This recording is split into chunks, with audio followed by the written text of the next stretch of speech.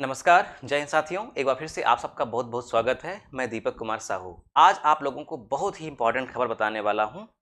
Surrogacy system, Bharat में surrogacy system क्या है? सरोगेट मदर, जिसे हिंदी में बोलते हैं किराए की कोख।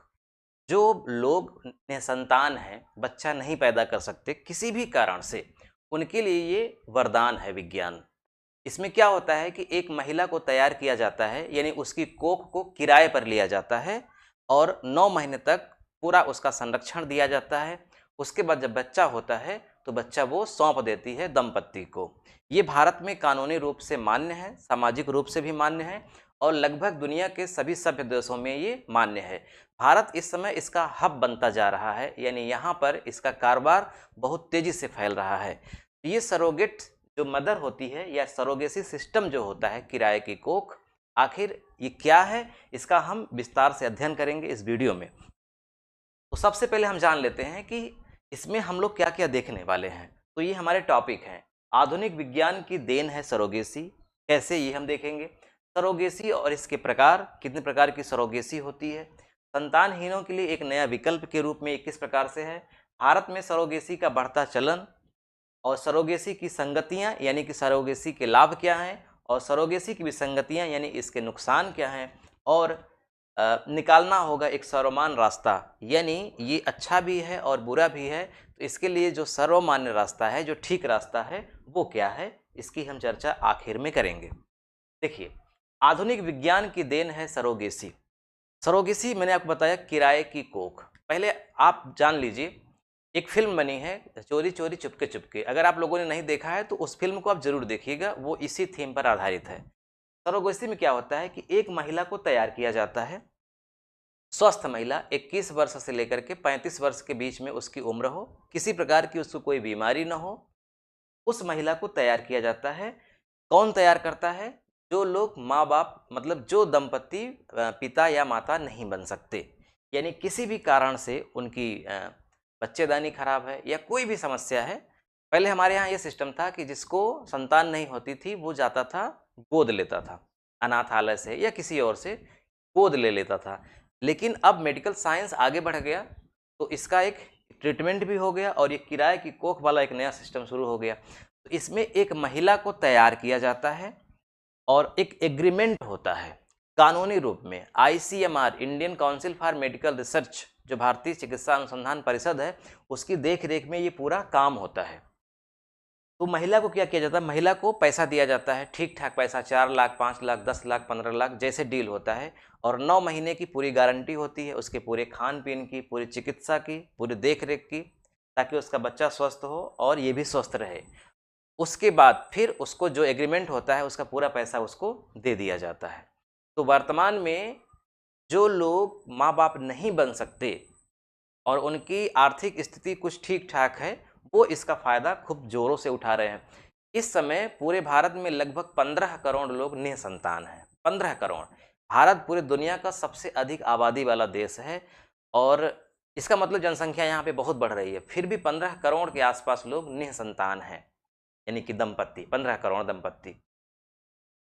पूरे भारत में ये कारोबार इतना सुगम है कि विश्व स्तर के लोग, यानी लगभग 1000 जोड़े प्रतिवर्ष भारत में आते हैं बच्चा पैदा करने के लिए, क्योंकि यहाँ की महिलाएं गरीब, मतलब गरीबी के कारण, पिछड़ेपन के कारण उनको पैसे की आवश्यकता है, इसलिए वो इन कामों के लिए तैयार हो जाती हैं और उनको कम पैसे में एक अच्छा पैकेज मिल जाता है।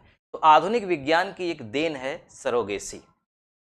अब देखिए, सरोगेसी और इसके प्रकार। सरोगेसी कितने प्रकार की होती है? वैसे तो सरोगेसी 2 प्रकार की होती है। एक सरोगेसी होती है जो कॉमर्शियल होती है, यानी कि पैसा लेकर के कोई भी महिला दूसरे का बच्चा पैदा करती है। इसमें क्या होता है अभी हम आपको बताएंगे, पूरी बात आप अभी समझ नहीं पाएंगे, पूरी बात आप समझ पाएंगे जब पूरा वीडियो देखेंगे। जो महिला पैसा लेकर के किसी दूसरे का बच्चा अपने कोख में पालती है, उसे कॉमर्शियल सरोगेसी बोलेंगे। और ये पूरा ICMR, Indian council for medical research, भारतीय चिकित्सा अनुसंधान परिषद की देख रेख में होता है, ये कानूनी रूप में है। लेकिन कुछ ऐसा भी होता है जो कॉमर्शियल नहीं होता, वो आल्ट्रुइस्ट बोलते हैं उसको, मतलब कि वो परोपकार की भावना से करते हैं, वो पैसा नहीं लेते। तो इसमें भी असीम सुख मिलता है। जो महिला परोपकार की भावना से करती है उसको लगता है कि हमने एक दंपत्ति जो निसंतान थी उसको एक पुत्र या पुत्री दे दिया, तो असीम सुख की अनुभूति होती है। तो जो पैसा लेकर के कर रही है महिला उसको आर्थिक लाभ, और जो परोपकार की भावना से कर रही है उसको मानसिक नैतिक लाभ। लेकिन ट्रेडिशनल और जेस्टेशनल ये दो प्रकार के मेडिकल में इसके प्रकार बताए गए हैं। ट्रेडिशनल का मतलब होता है कि जब कोई भी महिला, जैसे मान लीजिए ये पति पत्नी है, प्लस माइनस, ये पति पत्नी है, ये संतान मतलब किसी कारण से नहीं बन सकते हैं। तो पहला तरीका तो ये है कि जो तीसरी महिला है इसके शुक्राणु और इनके अंडाणु, इन दोनों को ले करके परख नली के माध्यम से निषेचित करके इनके गर्भाशय में डाल दिया जाए, फिर ये 9 महीने बाद बच्चा पैदा होगा। तो इसे बोलते हैं ट्रेडिशनल, यानी इसमें जो जेनेटिक माँ बाप होते हैं वो वही रहते हैं, यानी इस महिला का इसमें कोई रोल नहीं है। इस महिला का उसमें मतलब अंडाणु शुक्राणु कुछ भी नहीं इस महिला का। ये पति पत्नी इनका पूरा अंडाणु और शुक्राणु है, इस महिला का नहीं। इसे बोला जाता है ट्रेडिशनल। एक होता है जेस्टेशनल, इसमें ये होता है कि ये महिला जो है दंपत्ति में वो सक्षम नहीं है, लेकिन पुरुष सक्षम था, तो उसके शुक्राणु को इस महिला के अंडाणु से निषेचित करके बच्चा पैदा किया जाता है। तो इसमें इस महिला का रोल नहीं रहता, यानी इसके अंडाणु इसमें नहीं रहते। तो ये वास्तविक माँ होती है, लेकिन ये भी अपना बच्चा सौंप देती है, इसको जेस्टेशनल बोलते हैं। तो दो प्रकार का ट्रेडिशनल और जेस्टेशनल, ये सबसे अधिक प्रचलन में है और ये दोनों ICMR के देख रेख में होता है। इसमें होता क्या है, परख नली के माध्यम से टेस्ट ट्यूब, इसको बोलते हैं टेस्ट ट्यूब बेबी, यानी इसमें परख नली में पुरुष और महिला के शुक्राणु और अंडाणु को निषेचित किया जाता है, फिर उसके बाद जो जायगोट बनता है उसको तीसरी महिला के गर्भ में डाल दिया जाता है और फिर वहाँ पे बच्चा विकसित होता है। तो ये होता है सरोगेसी का सिस्टम। और इसके लिए भारत में लगभग 4000 के आसपास चिकित्सा संस्थाएं हैं पूरे भारत में। अब देखिए संतानहीनों के लिए एक नया विकल्प ये है। संतानहीनों के लिए नया विकल्प तो है ही, क्योंकि पहले क्या था कि जो संतानहीन होते थे लोग वो क्या करते थे, वो गोद ही लेते थे, उनके पास यही विकल्प होता था और जीवन भर उनको ये मलाल रहती थी कि हमारे खुद की कोई संतान नहीं है, वो जेनेटिक माँ बाप नहीं बन पाए, इसका भी उन्हें दुख रहता था। लेकिन इसके माध्यम से वो जेनेटिक माँ बाप बन गए, भले वो किसी तीसरी महिला के गर्भ में पला, लेकिन वीर तो इनका ही है, इसलिए इनको एक सुख की अनुभूति होती है।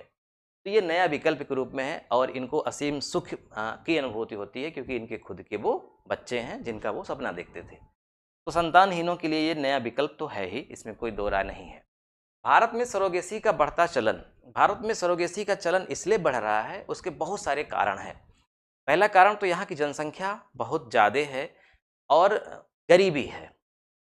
तो लोग, चूँकि ये कमर्शियल है, तो जो महिलाएं गरीब हैं, स्वस्थ हैं 21 से 35 के बीच में, उनको लगता है कि सिर्फ 9 महीने की ही तो बात है और ये कोई नैतिक पतन भी नहीं हो रहा है, क्योंकि उनके जो गर्भ में वो टेस्ट ट्यूब बेबी के वहाँ पे जायगोट बनाने के बाद में उनको उनके गर्भाशय में डाला जाएगा, कोई समस्या उनको है नहीं। फिर 9 महीने के बाद वो फ्री हो जाएंगे और उनको अच्छा खासा रकम भी मिलता है। तो इस तरह से भारत में इसका चलन बहुत तेज़ी से बढ़ रहा है और चूँकि विदेशी भी भारत में आ रहे हैं इस काम के लिए, भारत में भी जो बहुत ज़्यादा बिजी लोग हैं या किसी कारण से बच्चे नहीं कर सकते हैं, तो उनको भी ये सुगम हो गया है, इसलिए भारत में इसका चलन बढ़ रहा है। अब देखिए सरोगेसी की संगतियाँ, इसके लाभ क्या हैं। सरोगेसी के लाभ तो यही हैं कि भाई जो निसंतान दंपत्ति थी उसको संतान की प्राप्ति हो गई, ये बहुत बड़ा लाभ है। दूसरा, जो गरीब महिला थी जिसके पास कोई रोजगार नहीं था, उसको एक तरह से रोजगार मिल गया। हालांकि इसमें भी कंडीशन है कि कोई भी महिला 3 से अधिक बच्चे नहीं करेगी, लेकिन फिर भी 3 में भी वो ठीक ठाक रकम हासिल कर लेगी, वो कोई धंधा बिजनेस शुरू कर सकती है। ठीक है, ये इसकी संगतियां हैं। इसके अलावा ठीक ठाक एक नया कारोबार शुरू हो गया है, जिसके लिए अलग से मेडिकल बनाए जाएंगे, चिकित्सा बनाए, वहाँ स्टाफ होंगे, उनको पेमेंट मिलेगा। तो एक नया कारोबार हो गया है जहाँ पे रोजगार का सृजन हो सकता है। इसकी संगतियाँ, और हर सिक्के के दो पहलू होते हैं। अगर कुछ संगतियाँ हैं, कुछ लाभ हैं, तो उसके कुछ नुकसान भी हैं, नैतिक नुकसान भी हैं। नैतिक नुकसान क्या है? सबसे बड़ा नुकसान जो मुझे लगता है वो मुझे क्या मतलब एक बात रिसर्च में आई है। पहला नुकसान तो ये है, जैसे जब ये सरोगेट सिस्टम नहीं था, किराए की कोख वाला, तो क्या होता था, जो निसंतान दंपति होते थे वो क्या करते थे, उनके पास सिर्फ एक ही विकल्प होता था कि वो किसी बच्चे को गोद ले लें, गोद ले लें, और लोग गोद लेते भी थे। इस तरह से जनसंख्या वृद्धि बहुत नहीं होती थी, क्योंकि जो अनाथ बच्चे हैं, जो अब बड़ा होंगे ही किसी न किसी वजह से, भाई जो बच्चा पैदा हो गया वो अनाथालय में चला गया या कहीं भीख मांग रहा है या कुछ भी कर रहा है, वो तो तैयार होगा ही होगा। तो उस बच्चे को कोई अगर गोद ले लेता था और इनकी खुद की कोई संतान नहीं होती थी, तो जनसंख्या पर एक तरह से कुछ तो नियंत्रण था।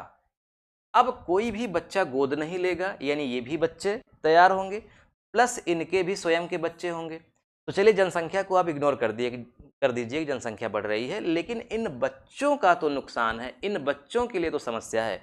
जो कभी आश्रमों में रह रहे बच्चे या भीख मांग रहे बच्चे या ऐसे ही फुटपाथ पे काम कर रहे बच्चों को कोई गोद ले लेता था, पढ़ाता था, लिखाता था, वो बच्चा आगे बढ़ता था, समाज के लिए बड़ा उपयोगी होता था, अब उसकी अवहेलना होगी, क्योंकि इस प्रचलन के बाद गोद लेने की प्रथा एक तरह से समाप्त ही हो जाएगी। एक फिल्म आप लोगों ने देखा होगा, बागवान, नहीं देखा है तो ज़रूर देखिएगा। उसमें इसकी झलक मिलती है कि अमिताभ बच्चन जी ने एक ऐसे ही अनाथ बच्चे को लाया, अपने घर में पाला, वो बच्चा बहुत सफल इंसान बना, सलमान खान। तो इन बच्चों की भी अवहेलना होगी इसके कारण। दूसरी दूसरी विसंगतियाँ ये हैं इसमें कि भारत एक गरीब देश है और कम पढ़ा लिखा देश है। भले भारत की साक्षरता 73-74% है, लेकिन वो कागजों में है, रियलिटी में इतनी साक्षरता है नहीं। साक्षरता का मतलब सिर्फ ये नहीं होता कि हम अपनी साइन कर लें, पेपर पढ़ लें, बस यही साक्षरता का मतलब नहीं होता। साक्षरता का मतलब होता है कि हम अपने देश के बारे में जो भी घटनाएं घट रही हैं, संविधान क्या है हमारा, पुलिस प्रशासन क्या है, मेडिकल क्या है, उसकी सामान्य जानकारी हमारे पास होनी चाहिए। तब शिक्षित, ऐसी जानकारी हमारे यहाँ की ग्रामीण महिलाओं को तो कम से कम नहीं है, या है तो बहुत कम है। उन महिलाओं का शोषण होगा। कैसे शोषण होगा? जो महिला गरीब है, उसके घर वाले ही हो सकता है उसको ऑप्रेस करें, ज़बरदस्ती उसको इस काम में धकेलें, क्योंकि ठीक ठाक उसको लाभ मिल रहा है। तो न चाहते हुए भी महिला इस काम में ढकेली जा सकती है, उसके परिजन ही ढकेलेंगे। और बिचौलिए भी तैयार होंगे, जो उस पार्टी से, दंपत्ति से पैसा ठीक ठाक लेंगे, लेकिन जो पैसा इस महिला को देना है उसको बहुत कम देंगे। तो वो बेचारी इस कारोबार में लगी भी है, लेकिन उसको उतना पैसा या उतना रकम, उतना लाभ मिल भी नहीं पा रहा है, बिचौलिए पा रहे हैं। ये रीज़न है। और तीसरा प्राकृतिक, अप्राकृतिक है, नैसर्गिक तो है नहीं, क्योंकि जो माँ-बाप यानी जो दंपत्ति थी वो स्वयं चाहती है कि हमारे घर हमारी पत्नी से, या पत्नी स्वयं चाहती है कि हमारी कोख से बच्चा पैदा हो, लेकिन वो बच्चा किसी और की कोख से पैदा हो रहा है। तो एक तरह से प्राकृतिक नियमों के तो विरुद्ध है ही, नैतिकता का तो एक तरह से इसमें हनन है ही। हालाँकि भारत के सामाजिक स्तर में इसको अभी स्वीकार नहीं किया गया है, कानूनी रूप में भले स्वीकार कर लिया गया हो, लेकिन कम से कम नैतिकता में तो इसे स्वीकार नहीं किया गया है। और इस तरह से जो बच्चे पैदा होते हैं उनको समाज उस नज़र से नहीं देखता जिस नज़र से माँ-बाप के जो बच्चे होते थे उनको। इन पर नज़र कम रहती है, ये गिरे हुए नज़र में आते हैं ये बच्चे। अब इस तरह इसकी संगतियों और विसंगतियों को हम देखें तो हमें ये कहना पड़ेगा कि इसके लिए एक सर्वमान्य रास्ता निकालना पड़ेगा। यानी इसमें अति नहीं होनी चाहिए कि कोई भी व्यक्ति ये सोच करके किराए की कोख न ले कि हमारी वाइफ़ को, हमारी पत्नी को शारीरिक पीड़ा होगी, ये नहीं। इसमें सर्वमान्य रास्ता ये निकालना होगा कि इसमें कानूनी रूप में कुछ कड़ाई हो, कुछ नियम बनाए जाएँ। नियम ये बनाए जाएँ कि ये व्यवस्था उन्हीं के लिए है, या सरोगेट वही कर पाएँगे जो वास्तव में, जिनको सरकारी डॉक्टर प्रमाणित करे कि हाँ, ये दंपत्ति, पति-पत्नी जो दंपत्ति हैं, ये माँ-बाप नहीं बन पाएँगे, है ना? इनकी संतान नहीं पैदा होगी, बहुत बड़ा कारण है, बच्चेदानी खराब है या कुछ और समस्या है, यानी ये कभी भी बच्चे पैदा नहीं कर पाएँगे। इसलिए इनको ये इजाज़त दी जाए। ऐसा कोई खुशियाँ न पहुँच जाए ये काम करवाने के लिए, किसी को हायर ना कर ले, ऐसा नहीं, ये होना चाहिए। इसके साथ-साथ इस तरह की जितनी भी महिलाएँ इस काम में हैं, उनका रजिस्ट्रेशन होना चाहिए और एक मतलब बिचौलियाँ तो ठीक है, बिना बिचौलिए के तो काम होगा ही नहीं, लेकिन बिचौलियों के लिए एक निश्चित रकम निर्धारित की जाए कि उनको इतना ही मिलेगा। बाकी जो चीज़ें डील हो गई हैं वो उस महिला तक पहुँचे और एक निश्चित रकम निर्धारित हो कि इससे कम में नहीं होगा, 4 लाख, 5 लाख या 6 लाख। क्योंकि कुछ बेरोज़गार महिलाएँ, समस्या से ग्रसित महिलाएँ क्या करेंगी? उनका शोषण होगा, वो कम पैसे में भी तैयार हो जाएँगी। तो एक निश्चित रकम निर्धारित की जाए और जब से उस महिला को हायर किया गया है, तब से जब तक वो बच्चा ना पैदा करे, तब तक उसकी संपूर्ण देख-रेख की ज़िम्मेदारी दंपत्ति की हो, उसका बीमा हो, किसी प्रकार की कोई समस्या होने पे उसको ठीक-ठाक रकम मिले उसके परिवार वालों के लिए और महिला पूरी तरह से स्वस्थ हो, इसकी भी जाँच हो। आज बस इतना ही। वीडियो देखने के लिए आपका धन्यवाद। आप इस वीडियो पर क्या कमेंट करना चाहेंगे? ज़रूर कमेंट करिएगा, अपना सुझाव दीजिएगा और इस वीडियो को अपने दोस्तों मित्रों में ज़रूर शेयर करिएगा। मिलते हैं नेक्स्ट वीडियो में। नमस्कार।